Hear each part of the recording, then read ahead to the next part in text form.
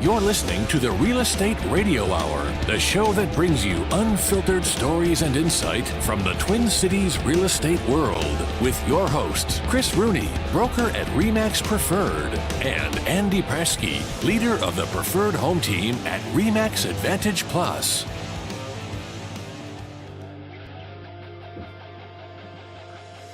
Yeah.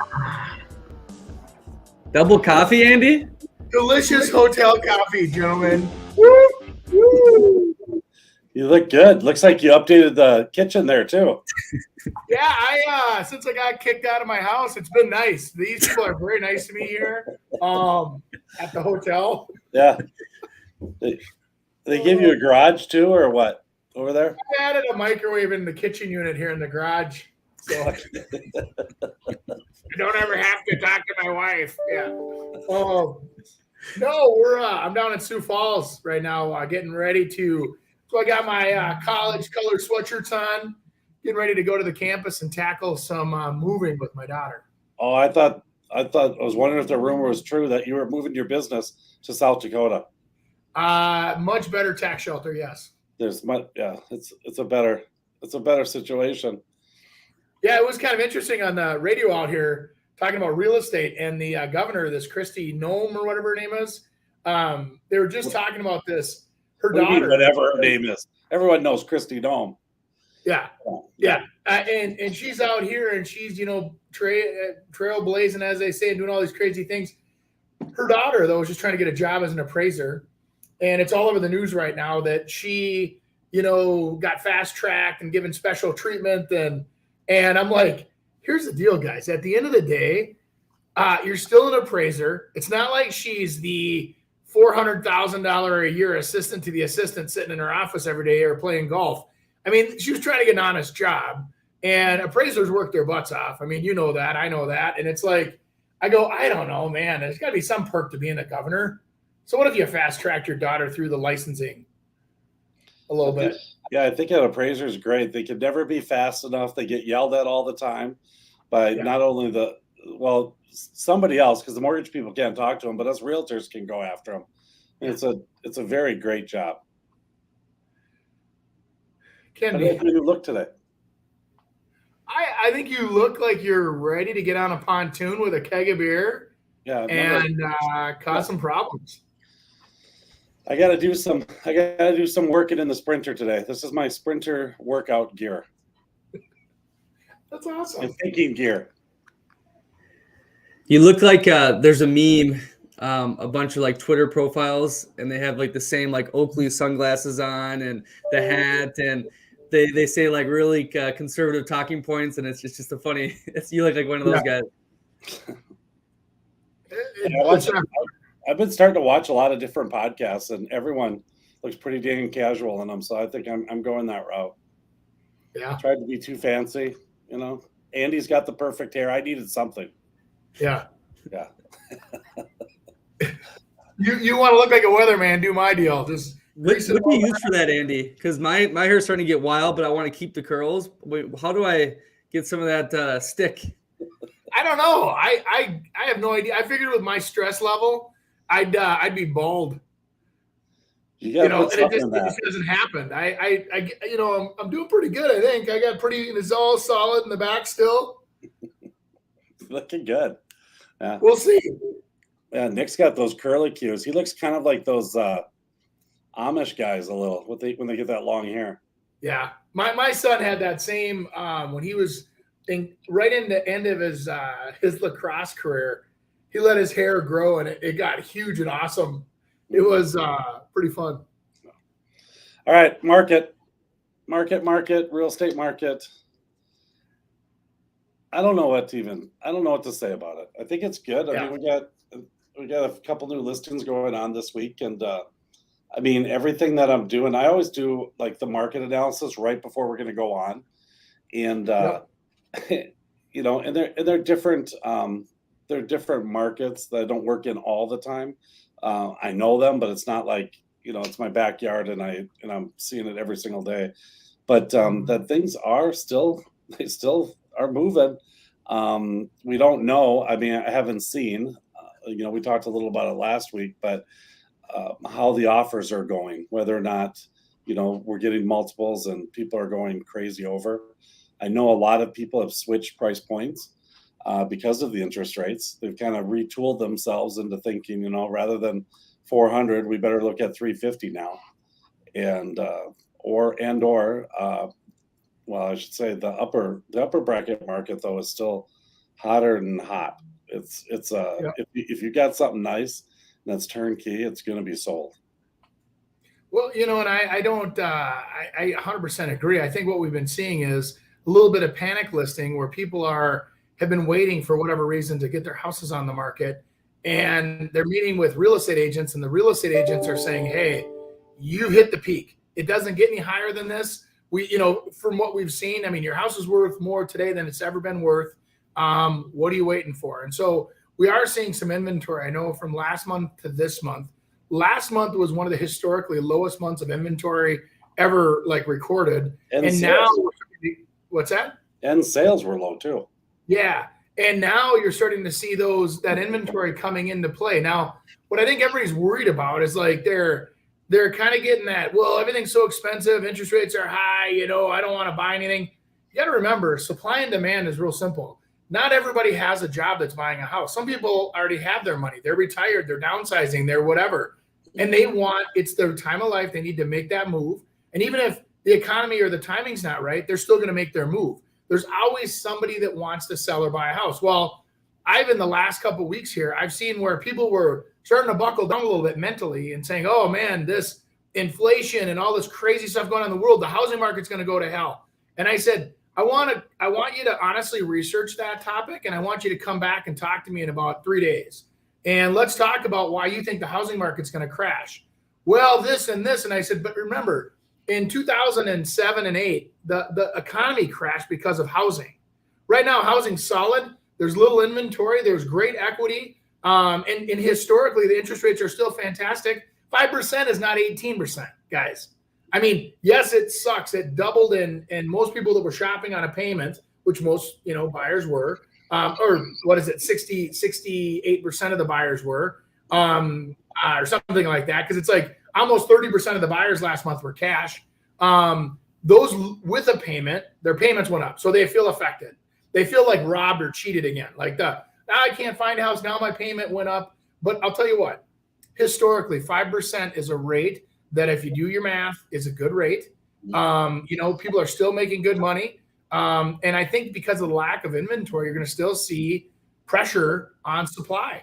I mean, they're going to list and they're going to sell. Now, are they going to sell for way over? I don't think so. Like we were talking about last year, this year was supposed to be kind of a flat year, and we're still seeing some appreciation because there's still a lack of inventory. So people need a place to live. Yeah, I think it's interesting. I've always said about this market is that inventory is the one thing that's making it go, meaning that rates can keep rising, everything can keep happening. But since we have the low inventory, that we're not going to have much of an issue, except for the one thing that I think could happen is that whole consumer confidence. I mean, as gas keeps going up, as the stock market keeps falling apart, and if interest rates rise, that's going to stop people from doing it. And just pause, just hang tight. Let's just see what happens here. But I mean, this week alone, I've shown 3 different investor type people that are out there just trying to put their money into real estate instead. So I think that's kind of interesting. And these are not like low type investor type people, that are just guessing. They know what they're doing.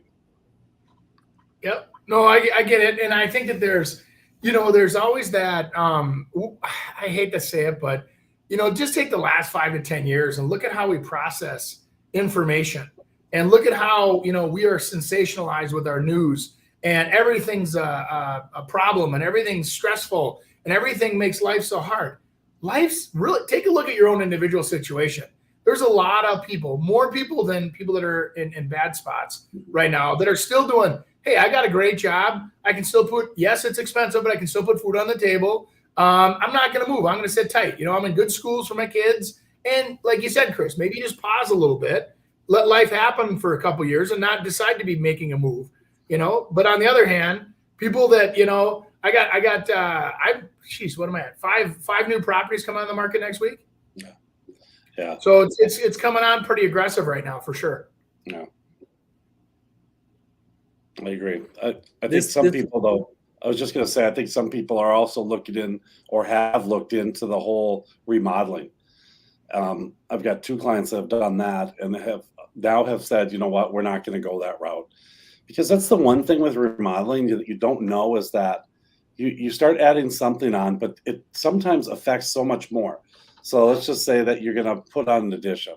Well, if those roofs don't line up or they do line up and the shingles don't match, well, then we need all new shingles. And if you do that, then it's kind of like, well, I put new windows on that part. What about the other windows? Should I replace those? And then once I replace the windows, maybe I should do the trim.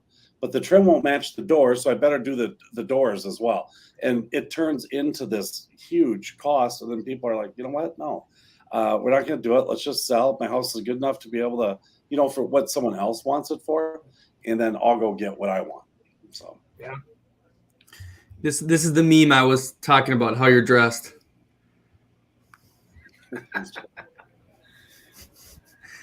Jeez. I do have shades. Put those up. We know. I got to give you the look, too. I can't smile. Okay. All right, let's get our real estate meme. Real estate meme reacts segment. Here we go. So this first one is actually a video of a meme. 1 second here. Here we go. Can you remember any of the rap that you did? My money don't jiggle, jiggle. It folds. I'd like to see you wiggle, wiggle. For sure. That is cruel. Oh, my God. Someone coughs and you're a vulture and going after it. I'll tell you what. Can you remember any of the... I knew of a realtor that one of his big things was going to the funerals.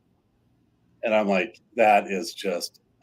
I could never talk about real estate if I went to a funeral.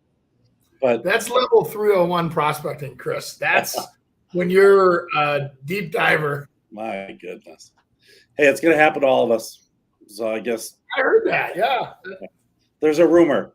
There's a big rumor going on out there. Maybe not you, Andy. That hair will never leave. Okay, what? The real me, the me that my clients see. I'll tell you what. I think with the advent of all these things that are happening, I think you're starting to see the real people. It used to be that way.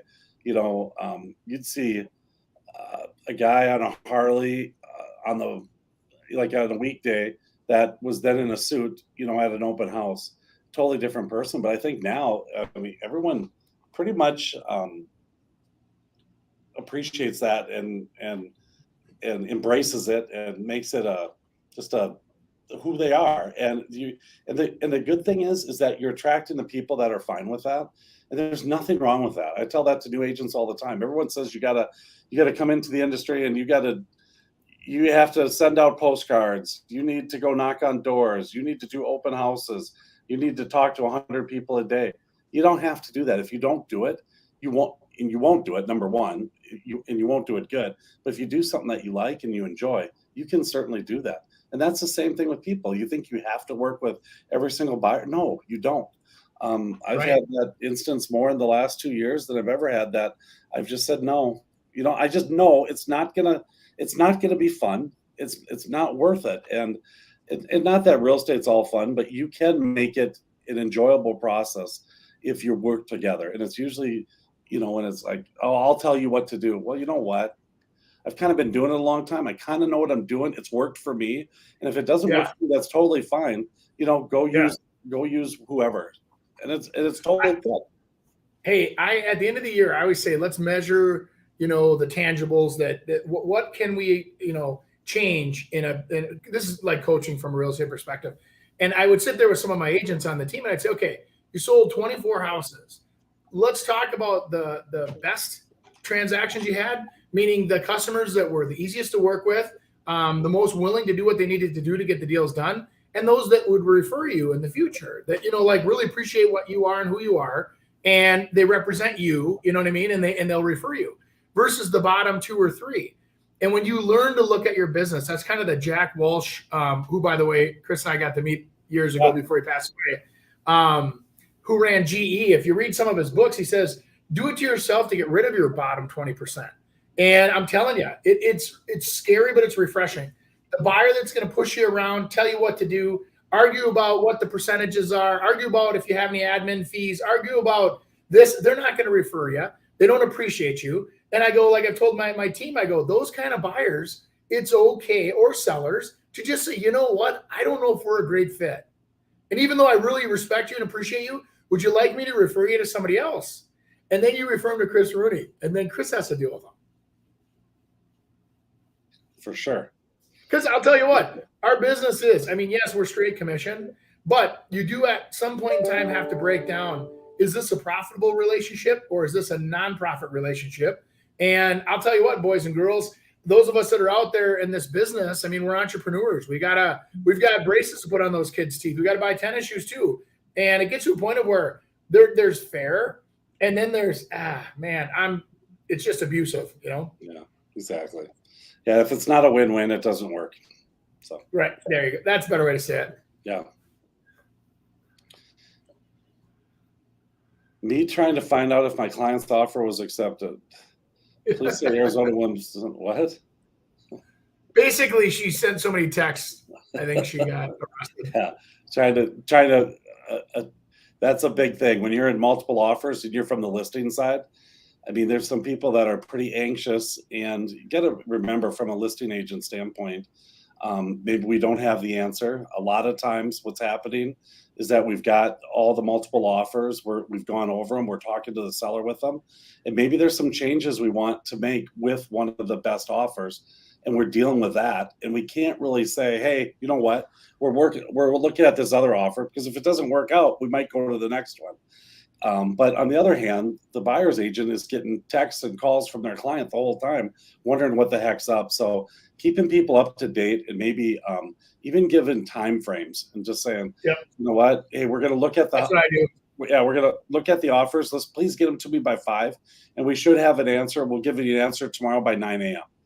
And yep, if you do that, you usually do it on that night before and not even have to worry about the 9 a.m. But you set their expectations that, hey, we're not going to hear till tomorrow. It gets the buyer's agent off. I even go a step farther and say, would you like me to give you a couple tips on your offer? And they'll say, well, what do you mean by that? And I'm like, well, currently we have more than one offer on the table. This is what we're looking for a closing date. This is what we would really desire for you regarding your inspection. This is what we desire for you regarding the terms of the close, or the way you're financing, or whatever the items might be. Or we may, really favor you having, because we're nervous that the house won't appraise. And hey, nobody put a gun to this person's head to make that offer. So as long as you're putting the offer out there, why don't you back it up with an appraisal guarantee where you're gonna pay the difference. And the thing is that, yeah, it's a way to do it. And I think that I do that, and then I'll say, okay, we're reviewing all offers tonight at 7:00. We'll have all offers reviewed, hopefully have one picked by 9:30. And at 9:30, you'll receive a text from me on the number you provided on your email. And then we do it. And it's like, hey, congratulations, or hey, sorry. Yeah, I like to turn that whole appraisal thing, because there's a fine line there, because if you tell people, hey, we need an appraisal gap, you're saying, well, we don't think our house is worth it. But the fact of it is that it's your buyer's lender's appraiser, right, an appraisal that they need. That's not up to us. That's up to you guys. And I don't want to be at the mercy of what they say and what they think it's worth, because the market is spoken, and this is what it is. And if you don't want to do that, we have other people that is willing to do that. It's just a fact. Well, that's an open market, right? So I mean, that's where people, it's not fair. They can offer $50,000 in cash. Well, that's kind of what a free market's all about, and creating those opportunities for you to make, a great profit. On the other side, are we selling houses above what they're really worth? Almost every day. Right now, in my opinion, I think appreciation has catapulted ahead. Like I would say, offers now are all, let's say, at 300,000. There's one that has legs on it that goes up to 340, and it closes and it appraises, and there's no real way to argue it. So what ends up happening is now all the new neighbors list at 340. And did all those houses really appreciate that much, or was it the competitive environment that pushed that offer up exclusively? Like I said, it's on stilts, man. It's not like that's a foundation of constant appreciation. It's like jacked up and sitting there, and then all the other ones jack up, and it kind of stabilizes that neighborhood. But I don't think that there's a quote fear of overpaying right now. Go ahead, Chris. Well, yeah, and I think what you just said about are they overpaying? I said 2 years ago, I'm like, oh my God. I mean, it's too much. Well, that same person that I said that to, that probably paid $30,000 more than what it is, we're going to list that house about $55,000 more than what they paid for it. Mm-hmm. And so, no, you didn't pay too much for it. And everyone else coming up to that, I've had agents say that they just, in good conscience, couldn't let their buyers buy those properties. Well, yeah. What did they do? They all of a sudden got them into a market now that's still higher, and the rates are 2% higher. I mean, well, I tell you, I had a client's decision. Chris, I had a guy last year, and a husband and a wife. They moved down from Minneapolis to Arizona. Okay, and they thought, well, boy, we're buying kind of at the peak of the market down in Arizona, and they bought a house for $460,000, and they're like, oh man, this is crazy. We're overpaying. Cutscene. They got a little too far away from family. Said, you know what? Let's move back to the city's job, whatever. Too. There's a bunch of reasons why they wanted to move back. That house, what would you guess that house just sold for? I mean, now it's a desert view. 620. 670 cash. And there's multiple offers, no inspection. The guy that bought it is literally transferred the entire purchase price in earnest money to the broker. And they were like, he's never even seen it. He's from Pittsburgh or something, and just wants a place in Arizona, paid it. And I go, so when people say, oh, the market's crazy. No, that individual buyer's crazy. But what they did is they create a wave of momentum, and it goes over to everybody else that's in that area now. So now everything's, well, my house is worth 670. So there you go. Absolutely.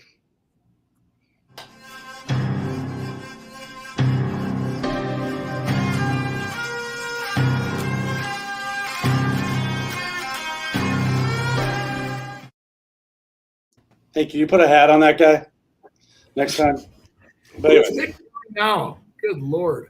Whoa, gee, it looks like a deal killer right there. What minor things are a complete deal killer for you when viewing a home? I'll tell you what mine is cleanliness. Cleanliness, it always makes my buyers, and I'm speaking about buyers, nervous because they're wondering what else is behind that dirt. So when you have dirt in the corners and you open up the range and there's food all over the place, it's typically an indication of how you've taken care of the rest of the home.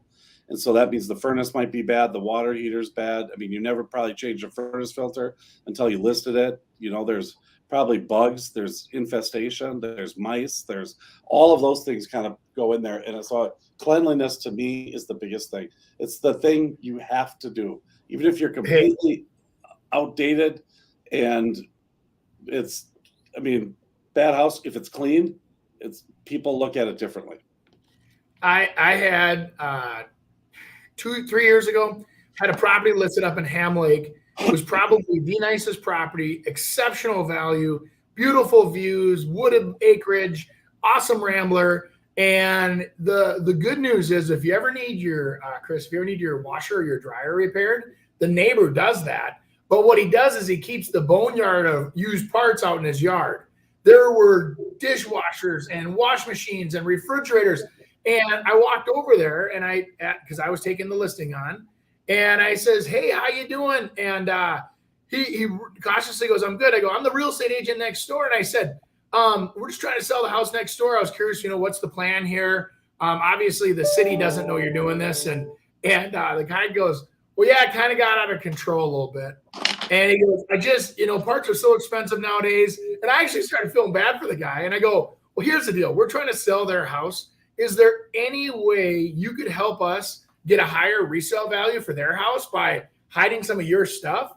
And I go, because it'll help you too, right? I mean, they get a higher price. You're going to get a higher price someday. And it helps the whole neighborhood. This guy was so fantastic. And I'm talking, it looked like a tornado hit and all the stuff blew out of a warehouse. And he put up a privacy fence. Unbelievable. I mean, Oh, you so should. sometimes you just have to ask. I would say there are neighbors that will kill deals, is what I was trying to get to. Some of your neighborhood or that neighbor that likes to collect cars or appliances or whatever it might be. I went over there and I couldn't believe how cooperative this guy was. It was like, you know what? Yeah, this has gotten out of control. I agree. Yeah. No, it's true. That's Yeah. I mean, and that's, I'll tell you what, that's a lot of times an agent won't go do that. They'll try to get the person to do it, but they don't have but it's how you do it. I mean, and that's a big thing. You could have got over there, clean your It's freaking kahunas. yeah. Well, it is, but you did it in a way that it made it a positive for him, because it is. Well, I mean, you know, I forgot to tell you this. I asked him too. I says, hey, I go, we're doing some open houses. I go, do you want me to put some of your business cards over there for you? the most vested people in selling your house, obviously yourself, but the second most vested people are your neighbors. The more you get, it's the better for them. And so trying to help each other and work out, you see that nasty yard, whatever, letting people know that, hey, keep it clean. You know, there's some, remember, did you ever see that one, what was it? It was Chevy Chase at Funny Farm, where he was going out to the country to buy something, and he bought this idyllic country place where all the deer would run past the, you know, out in the fields, and the bunnies would kind of hop around, and they would offer mail, but the mailman would stop and just hand him the mail and whatever. All the things, it was like perfect. And then all of a sudden he bought it, moved in, and it was pure hell. I mean, these guys, they were opening cages to let the deer run out, and they totally staged everything. Oh, geez. Well, then he had to try to sell it. When he was trying to sell it, everyone just ransacked it until he paid them off. And then it became idyllic again, but that was funny. I honestly haven't seen that. I should check that one out. Funny Farm. Yeah. And here we go. Our next segment, our real estate social media reacts, is brought to you by Andy Prasky Preferred Home Team. And Well, they said I could have 30 seconds on the show for a quick ad. Andy Prasky, Remax Advantage Plus, Andy@Prasky.com if you want to email us. Here's the thing, 22 years in the business, over 1,400 sales. I'd like to help you with your real estate needs. If that's buying, if that's selling, if that's building, whatever it is, give us a call, send us an email. Let's get you started on your real estate journey. I'd like to help you on the way. Lots of experience here, and I would like to put it to work for you. Andy Prasky, Remax Advantage Plus. Thanks for listening to the show.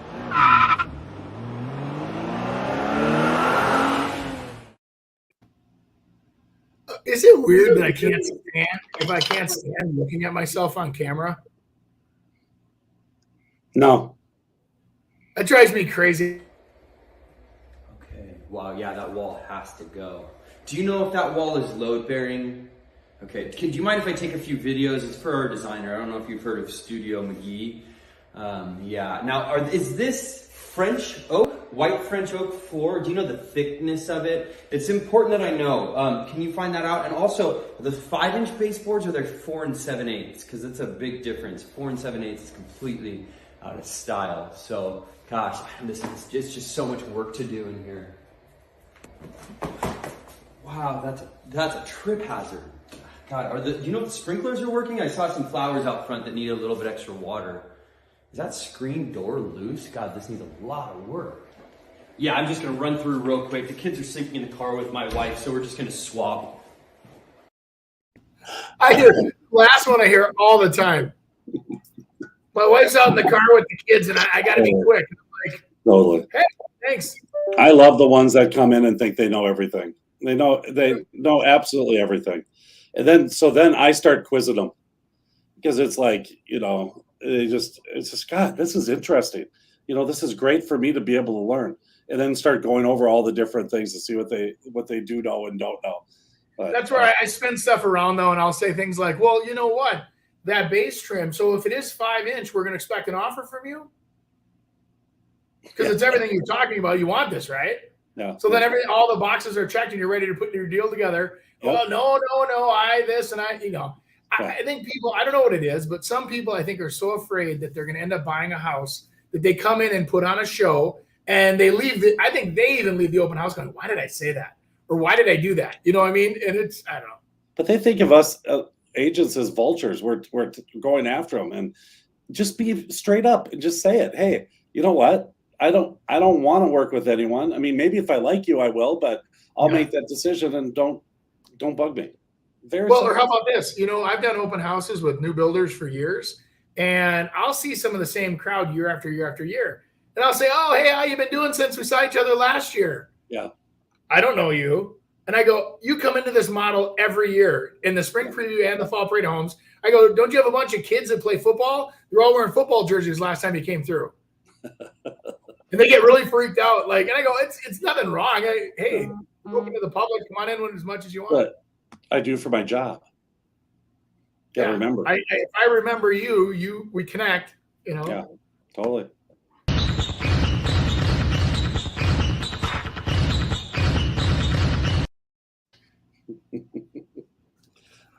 Hey, I've done that. I had one on the lake one time, and I just sat on the couch. No one was coming. I sat on the couch and I fell asleep. And then someone was in the house. They came into the house and they walked around. They said, "Oh, we just didn't want to wake you up." And I'm like, "Oh my God." I had that happen. I'm not bouncing hoops. Last summer, we had that happen. One of my younger new agents who's no longer with us did an open house. I think he was out all night long. And this lady calls me and says, "Hey, I was concerned about your real estate agent, making sure he was alive. So we touched him on the couch. He was put his feet up and fell asleep." Oh, And no. we even shook his foot. We knew he was breathing, but there was no response. We could have robbed that whole place. And I'm like, so I sent a couple texts over saying, hey, nothing.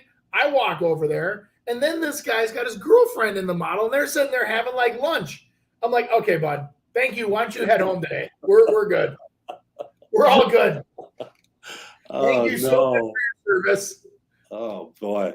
We're lacking being professional. My goodness. That's the one thing about running a team too. It's ultimately comes all on you. Anyone who works for you represents you. Yeah. I have to get my head the same level as yours, Andy. There. Well, I can back up a little bit so I look Adjusted smaller. my camera.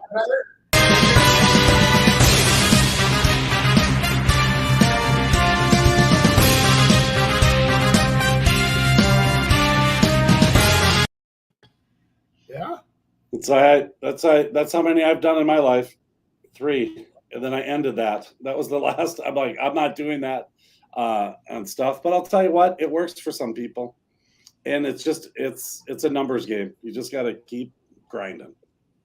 Yeah, so true, Chris. I think that there's, everybody does their business differently. And some, like you said, some people will if you've ever listed a house and it goes off the market, the amount of existing, expireds, canceled, those people get absolutely peppered with agents that's their whole business model, is taking the houses that have now gone off the market. They've cleverly coined phrases that trigger well, maybe I should talk to that person. And well, geez, that's a good point. Maybe I should relist with somebody new. And these people are geared to do that. So what I always tell everyone is that, just like any industry that's out there, they're trained to help you, and they're trained to or help themselves with getting your interest and having them list your properties. That's how they get paid. So I don't know if there's anything wrong with it, but man, I tell you, there's been some issues with do not call lists because, people are like, "I'm on the do not call list." But if you sign up on a website, I'm warning you that you've now given them permission, because it says in their fine print that they can call you and they can market to you because you've signed up on their website. So be careful, those of you that don't like to be bugged. When you're owning rental properties, you want to put in the most durable things into that property. So we don't put carpet inside of our rentals, because what happens is every time a tenant moves out, you need to replace it. Ends up costing a lot of money. So we put in LVT flooring, hardwood. So when tenants move out, we just hit it with a mop and a broom, and then there's nothing to replace. True. That's a true thing. I'll tell you, I wish they would have had that back when I was heavy into my rental properties, and I would have learned that, because I spent a lot of money on carpet over the years, and stains and dog stains and cats and Human stains. you got to treat, as an investor, you have to treat investment properties a lot different than what you would live in. And then, we were basically, this is going to be your perfect home for you, and you can't do that. It costs you way too much money. And by the time you built that house, I'd replaced the carpet 4 or 5 times. Well, I mean, like when I was younger, and you think about being a young 20-something-year-old guy, it's like I could have had a concrete floor in my house and not cared and took a backpack blower and blew it out every day to clean it, and I wouldn't care. Now, as you get older and you want carpet or you have animals, but you still want carpet, it's a math equation, guys. I mean, you think about this. It's just a matter of if I put carpet in for you brand new to get you in as a tenant and you're going to live there 3 years, I divide out that cost of that carpet by 3 years. And you're basically, as a tenant, you're paying for that carpet. So then most tenants, they ruin it and they don't care, but then they keep the security deposits and they do the whatever. And it's a pain. I mean, it's a different mentality. When you're at a house party where it's a rental property and somebody spills some Coca-Cola off the chair onto the floor, they don't always necessarily mop it up. Or if they dab it, they don't really clean it. Versus like if it was your own carpet that you just paid for, you'd be getting a steam cleaner out there to get that, Coca-Cola out of there. Okay. Hey, our next segment, which I think is going to get a lot of views here in Minnesota, is Would You Rather, Minnesota Real Estate Edition. It is brought to you by Chris Rooney, Home Experts. I was just 1 year old when my family started in real estate, where both my parents were agents. They also dabbled in investing in real estate, rentals, flips, and construction. After college, I went right into getting my license in July of 1990. As a 23-year-old agent in an industry that looks nothing like today, I had to know more for my clients to choose me. There wasn't Zillow or social media to tell them how good I was. I had to win them over with knowledge. With knowledge comes confidence, and with confidence comes results.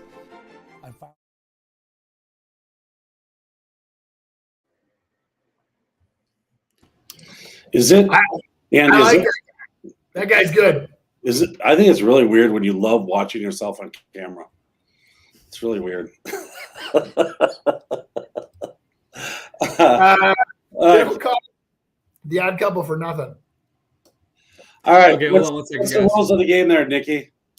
Yep. So let me clear this screen up quick. So basically, I have 3 different price segments: 200,000 to 250,000. I'm going to give you 2 homes in 2 different cities. The other segment is 500 to 550,000, and then 1.2 to 1.5 million. All homes in Minnesota and in your guys' areas. So this first one is in Eden Prairie. Okay, so $225,000 townhome, 1-car garage, 2-bedroom, 2-bath, almost 1,300 square feet. All right. Somewhat. I mean, it's not bad. Looks like they painted the old cabinets. Is that what you're guessing? And some new Appliances. Yep. It might even look like granite tops. Wood I don't know floors. why that would have not popped. Yeah. You just dropped it 23. Wow. Well, it had it at 250. At 250, yeah. Yeah, but it's Eden Prairie, man. Yeah. Payments $1,660 plus your association dues. So that's about, rent. You could probably get $2,200, I'd guess. That's a good little spot too, actually. Yeah. All right. I don't see a resale problem now. Yeah. I think you're getting closer to that sweet point. But the other thing that we don't have in front of us is the other units in that building that have sold. So if everything else is sold for 200, then that's what's holding it back. Sometimes it's just middle unit. us being around them, and they're just other units that don't sell for as much. And being a middle unit is not. I mean, you have windows on one not side. As hot as being an end unit. Ooh.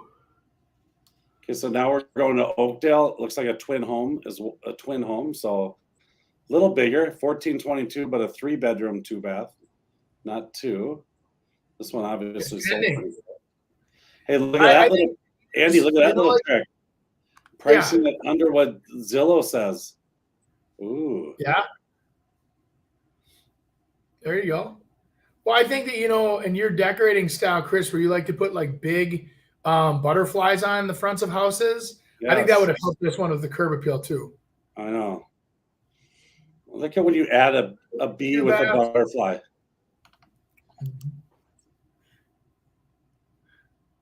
Where's Photoshop when you need it, right? Over on Hallmark. Okay. 1,400 square. Kind of over by 3M over there.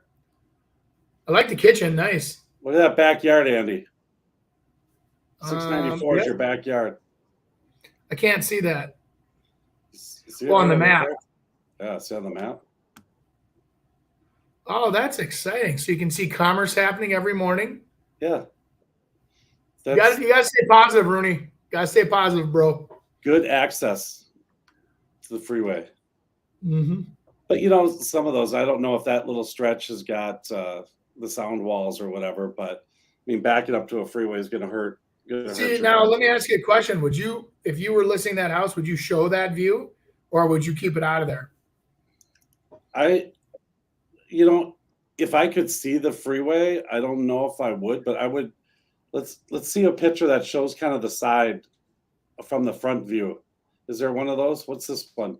Go up a little, Nick. Right there, you can't really see it. Yep, there's the wall. Yeah, there's a wall. That's fine. Yep. I think that's fair. I think I would show that because that's not. That's right. It's not horrible if that's the case. All right, which one would you take, Andy? I know what I would do. Eden Prairie? Me too. Even though it's a 1-car garage versus 2 cars, 2 bedrooms versus 3 bedrooms, but just Eden Prairie, and I know that area pretty well where it sits, and it's a good little quadrant. Very good for access getting in and out. Well, in that Oakdale area too, is that it's a nice area. It's it's the, what do you want to call it? The East Lake Elmo and the north of Woodbury kind of area, and it's very nice there. It's older. A lot of that area is, I guess we have one more. I was just getting set up. You guys can keep chatting on that. No, that's okay. I was just gonna say it's kind of an older area, so it's more of a convenience. I think there's on that side of town. See, I always compare everything to, if you have a cabin, where would you want to live? Well, I'd rather have that same kind of house over in Maple Grove, so I could jump on 94 and get up to Alexandria in an hour and 40 minutes. Unless you have a Wisconsin cabin. Then you want to be in Oakdale. See, you're a thinker, man. You should really get a show or something. I should go in real estate or something. Yeah. Decrease 50K. Wow. Greenwood. And now it's pending. Hey, here's the thing, though, Andy. That's one thing. We can play this little game, but there's people trying too hard to guess what people are going to pay versus putting it on the market for what it's worth. And you price this baby at $600,000, and you get a tuck under garage with a nice looking AC unit in that window there. It just is not. I bet you that backyard, there's a lot of trees there and stuff like that. Well, people overlook that. Like 380, 375 to me. But it's the neighborhood they're paying for. It's a nice area. Look where it's sitting. Right. That's what I'm saying. Yeah. Yeah. And but that's a dirt driveway too. I know. That's really close. You know what that's really close to, Andy? You? Maynard's. Maynard's, yeah. You could stumble home from there on your electric bike. It's kind of a cool little house. Oh. Yeah. No, it's nice on the inside. I like it. Yeah. But it's amazing though. I think if anything else, we're showing houses that have been reduced, a couple of them now. And that is the side effect of being, like you said, Chris, ahead of the market. Pricing the house a little bit under what it's really worth still seems to benefit the sellers and getting more people looking at it, getting better offers with better terms. And at the end of the day, the market will pay what the market will pay. So if you think it's worth 600 and they dropped at 50, they may have gotten 670 or 575 or whatever it was. Who knows what they got, but until it closes. But I wonder how close that is off of 7, because that could get. Looks like it's right on it. Loud too. It's off a little. I don't know if this is on that aerial photo. Yeah, it's off a little. It's not horrible. Out of the corner of the deck, though, you can probably hear the freeway. Yeah. Yeah. I thought you could not get something this nice in this location for this price. I thought it was at like minimum 700 in these areas. Yeah, but Nick, on this thing, what we don't see is it's really dated on a lot of parts of the house, but the photos make it look good. And that's the whole key, is that the photos look like, hey, gosh, you should be able to get 600 all day long for this. And then they go there and then they look and they're not as good. And then they say, you know what, let's just hang on and wait. Well, you hang on and hang on and hang on. All of a sudden the price goes down. Then someone grabs it. But I mean, then you start seeing the benefit. You start seeing the benefits of it rather than the negatives of it. If it was at 550, How do you get in the front of that house? Oh, it's kind of like a side. See, that's the only challenge I have is that no matter how much, makeup you put on that house, I don't know if you're ever going to get it really that pretty. You know what I mean? It's kind of one of those houses where it's nice, but I'd definitely put some stone on there. Maybe, I don't know, something. It needs something. but that is a good price for that area. So Correct. all right, what are we competing against there? Which one would I rather? Just for you know this area quite well. Let me screen share. Who, me or Andy? Well, we'll see. Oh, the old South Third. I don't even want to talk about this area. That's where my last rental property was. That's now gone. Is that Whittier or what is that neighborhood there? Yep. Yep. Very good.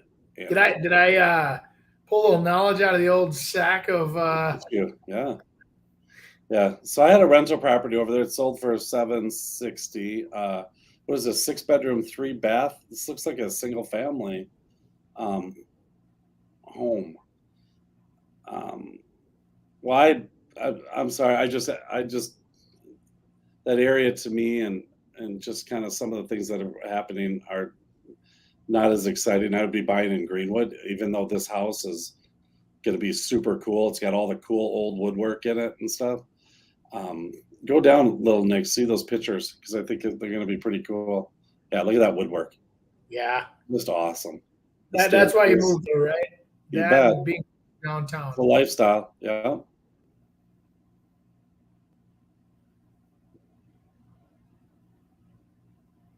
Look at the old registers, Andy. The old hot water registers. Those are cool. Yeah, they are cool. Looks like a second kitchen. So maybe there's some rental possibilities here. Maybe they had a duplex and they just aren't calling it that. Claw tub. I always think those bedrooms up on the upper levels with the angled ceilings are kind of cool. If you're a kid. Now you and I'd hit our heads on stuff or whatever, but. Hey, why don't you think this has sold when yours sold for way more? Well, because mine had income potential, so it was a totally different type of buyer. Unless this is a duplex, I can't tell yet. But yeah, I think this is just a family. Yeah, there's a couple entrances there, but 2-car garage. That's nice. Does it, Nick, go down on the right-hand side and just on the facts and features, and then we'll see what kind of duplex. Okay, so it's a duplex, and there's 2 units. This, to me, this property is someone that is trying to find a house kind of in that 350 to 4 range can qualify for more, but they'll just live on one side and be able to rent out the other to be able to kind of do their payment. I think that's the type of buyer here. The one that I had was 4 different units, and that they could rent each one out. It was a pure numbers calculation. Yeah, yours was like an apartment, a converted apartment mansion. Yeah. Okay, so which one would you do, Andy?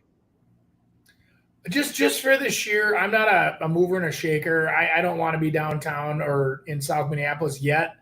Or now, I guess I don't know what to say. I'd rather be out towards the lake and walk to Maynard's and go on a boat, and that's more my lifestyle. But if I work downtown, that'd be different. Then Whittier would probably be a good choice. Yeah, I would definitely. I mean, being by the lakes in that area, it's just kind of a, it's a no problem rental. If you wanted to do that, you could certainly live there. It's inexpensive enough to maybe even rip it down and create something else. Being that close to the lake. So I'd be 30 blocks farther south probably, though. I kind of like that neck of the woods down by, Harriet's really nice down there, and some of those areas that are a little quieter neighborhoods, not so hustle bustle, right next to downtown. What about our life coach? His area.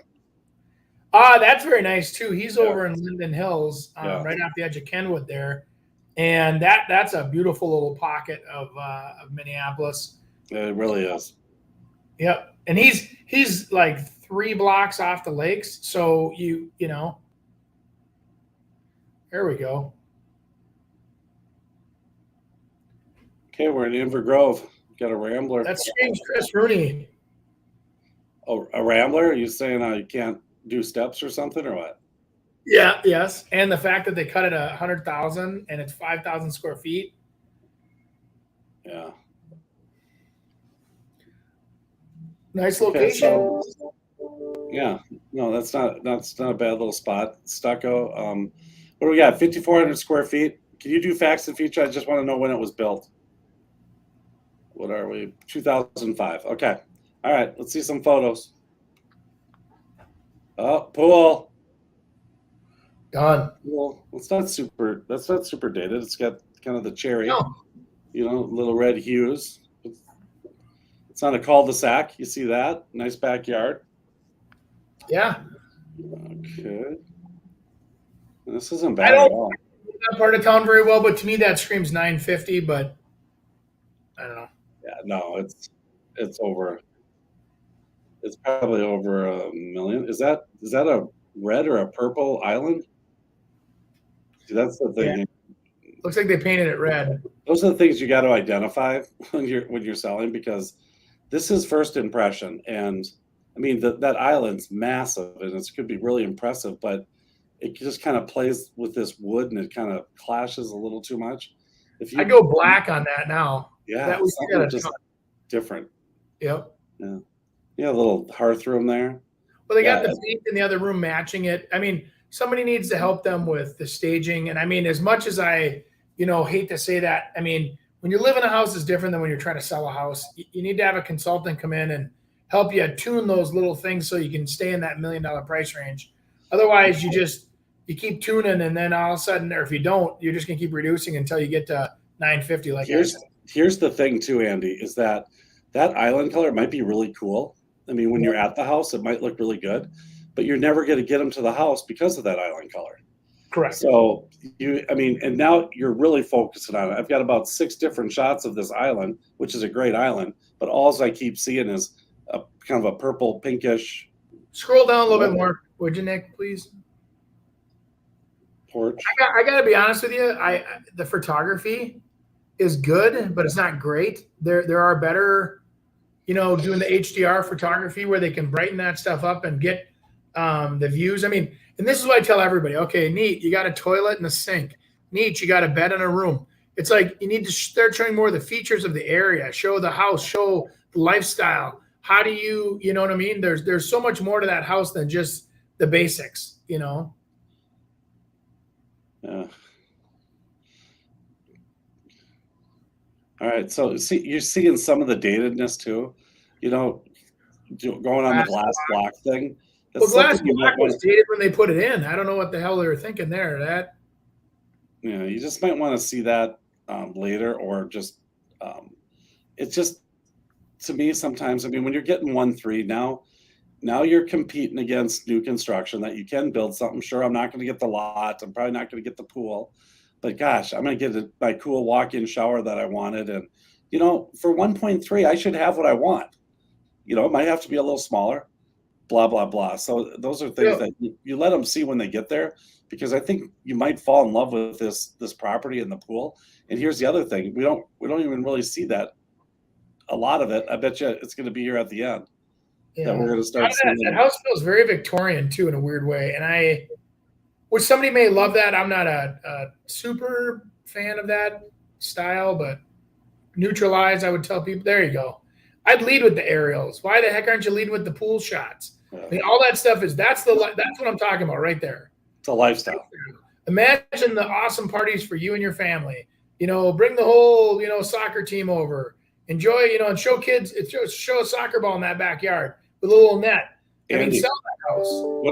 What about a picture from that screen porch area, kind of like with a table with maybe something on top of it facing that pool?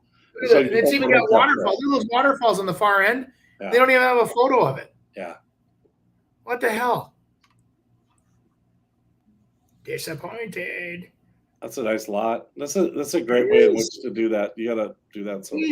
All right, but we're just picking between that one and another one. So what are we gonna do? What's the other one? I forgot. Yeah, we're doing a different game. We're assessing that listing instead. That's okay though, man. I don't think that price is too far off at all, Andy. Oh, that looks like a Hugo. split entry. Yeah, that's a split entry, isn't it? No. This must be about the land. How much land do we got here? Because that's a 3-bedroom, 3-bath. Must be a 100-acre farm. Square foot split entry. 70. There you go. 70 acres. 70. There you go. Okay. That's what you're buying. You're buying that pole barn. You know, that building is sweet. It's unfortunate they have a split on there. I tell people this all the time. I think people would rather buy a slab-on grade style house than a split in this price range. And that you can have lofts, you can have, even like a crawl space underneath the Rambler, but, doing something house-wise that's different than a split. Splits just have this stigma of being an entry-level home, and people don't want the stairs, and they're going to fight that. Even though that's a fantastic, this is right up my alley. I would do the numbers on having that house go away. Being honest. Or could I subdivide it and keep 60 acres and sell that off with 10 with the house on it, and then sell off the land separately? That's probably why, if you really look at like with big land, a lot of times that's the way to go, where you'll get more in the seller's pocket if you subdivide it into 3 pieces.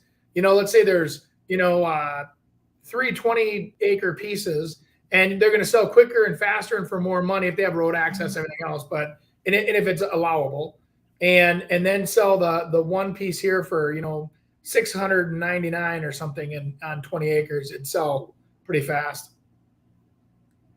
So this one's a little dated, but again, this is a different lifestyle. I mean, those two lifestyles are totally different. This is more of I'd say like a contractor type.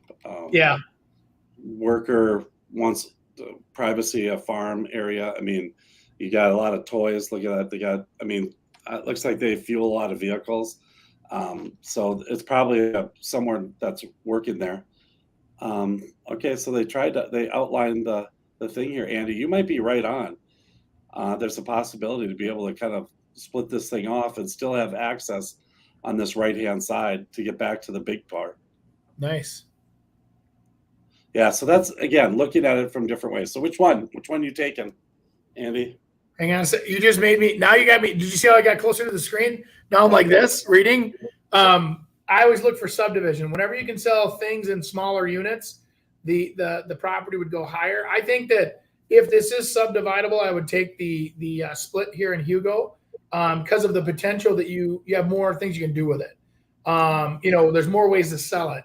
You sell lots, you could sell whatever, if that's the case. On the other hand, just to move in and live, I really like that other house. I like a Rambler. I like a pool. I'm kind of torn. I think I think I'm taking the pool and the Rambler. Just going to do a little work to it, but I think they've got a lot of stuff there. I think the value is huge there. And land is a great thing, but I guess with my lifestyle, it's kind of, I don't have a lot of time to work on that. So right. You gotta think about that stuff. You can always. Well, and I hate to say it, but there's a big reduction already on the table, which always says to me, bring another one, and you could probably wheel and deal a little bit more on one that's already reduced. They've recognized they're overpriced, and the market's not responding to them. So that's a good position for a buyer to be in going in negotiating. So I'd probably stick with the 70 acres and I hate to say it, but I probably would have if it's subdividable. I think it's interesting when you're kind of going over that and you're looking into this like all buyers do. You start looking at it and you're like, well, geez, okay, so it might not be overpriced. These things might be wrong with it instead. And then all of a sudden, that's what happens to these properties. They just go down. And you got to look at this thing. That's why it's so important to do it right from the beginning. If you don't do it right from the beginning, you are in trouble. I mean, listing the house. A price can free fall like that. Yeah. Totally. Oh, yeah. You need to list correctly. I've told a couple of people that, and I've said I only had one customer last year that chose to shoot for the moon on price. And we were on the market for 31 days. Everything else last year I sold in a day and a half. Cool. Hey, let's rapid fire this Opendoor experience, and then we'll finish with listener questions. So, Gotcha. I sold my house in April. Sold my house to Opendoor. Yeah. Okay, you got it.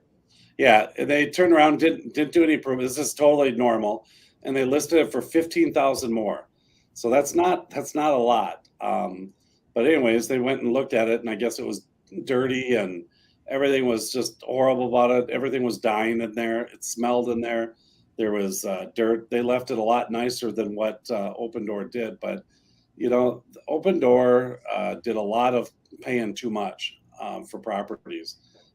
At one point, you were getting a pretty darn good deal at a point. And, to be able to move out of it, Andy and I have talked about that why would you ever use those places? In some cases, it really worked out for people. Yeah. And but it's just kind of sad what you see happens to it. It's really hard to deal with from a agent. I was just saying in the glut of stupidity, these guys are trying to gain market share, and they did for a very short window. We're overpaying, thinking they couldn't make mistakes.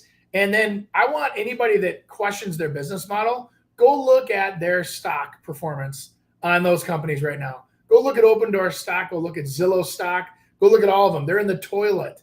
And it's because their business model isn't sustainable and it isn't smart. Again, I keep saying this. If they would hire good agents that actually could help position the company to make money, the agents would, provide the value of saying, okay, we need to buy it for this to make this kind of margin for you guys to sell in today's market.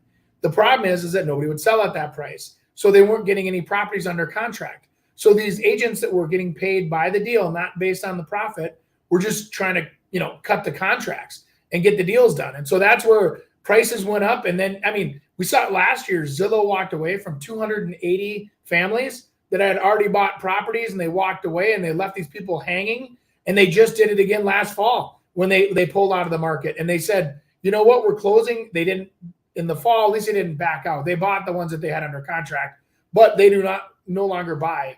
Oh, you're muted. I just said these deals come and go. You said that years ago. You said that over a year ago. Hey, you take advantage of a market and then you're out of it again, and then they'll come up with something new. It's new real estate companies. Hey, I'll pay you to sell your house. It's only $5,000. That's a flat fee. I don't care if it's a gazillion dollars. We'll take $5,000. Boy, that's who I want marketing my house. I'll tell you that. Yeah. Oh, Andy, a friend wants to buy Greg's house. Do I need a real estate agent? No. No, you don't. No, but what's kind of cool though is that most reasonable real estate professionals, if you like Greg would call and say, hey, my friend wants to buy my house. We've already agreed upon a price and the terms, and this is what services we need from you. We need you to help us with the paperwork, and we want you to help us with the inspections or the closing or whatever it is, and then let that agent set a price. A lot of times I've done this in the past too, where I've done 1% and just to facilitate. And then I'll even do for both parties, I'll do like a market analysis of the property that we present to both property or the buyer and the seller and say, this is what we see as a value, and then let them negotiate it. And then they tell me what to write up. I write it up and I send them off to closing, make sure they have a good closer, make sure everything is done properly. And it's what's nice for us, Chris, though, is that it's the sellers save money, but they're doing all the work themselves. Really, they're doing all the things that most people can't do, like find a buyer and establish a value that they're happy with or whatever, and they don't know the proper course of action and the procedures and the whatever to go through. We make it smooth, but if all we're doing is administrative support, that can be done at a very reduced rate, or you hire an attorney. But the attorneys seem to cost more by the time they're done, because there's always that hidden, I need to review this one more time. Seems, there's always that last invoice that keeps coming. As I say that, I could talk for 7 years on this, so we don't have time. Hey, another great show. Make sure to leave us a review on iTunes, Spotify. Subscribe to our YouTube channel. We are posting all these clips there. We also have the 3 digestible clips on our Facebook. Give us a like, give us a thumbs up, a heart, and have a great weekend, and see you next week. Thanks for joining us this week on the Real Estate Radio Hour. Don't forget to visit our website, realestateradiohour.com, where you can subscribe to the show on iTunes, Spotify, Stitcher, or your preferred podcast listening app. If you enjoyed today's episode, we'd appreciate a rating on iTunes or sharing us with a friend. Until next time, stay awesome, Twin Cities.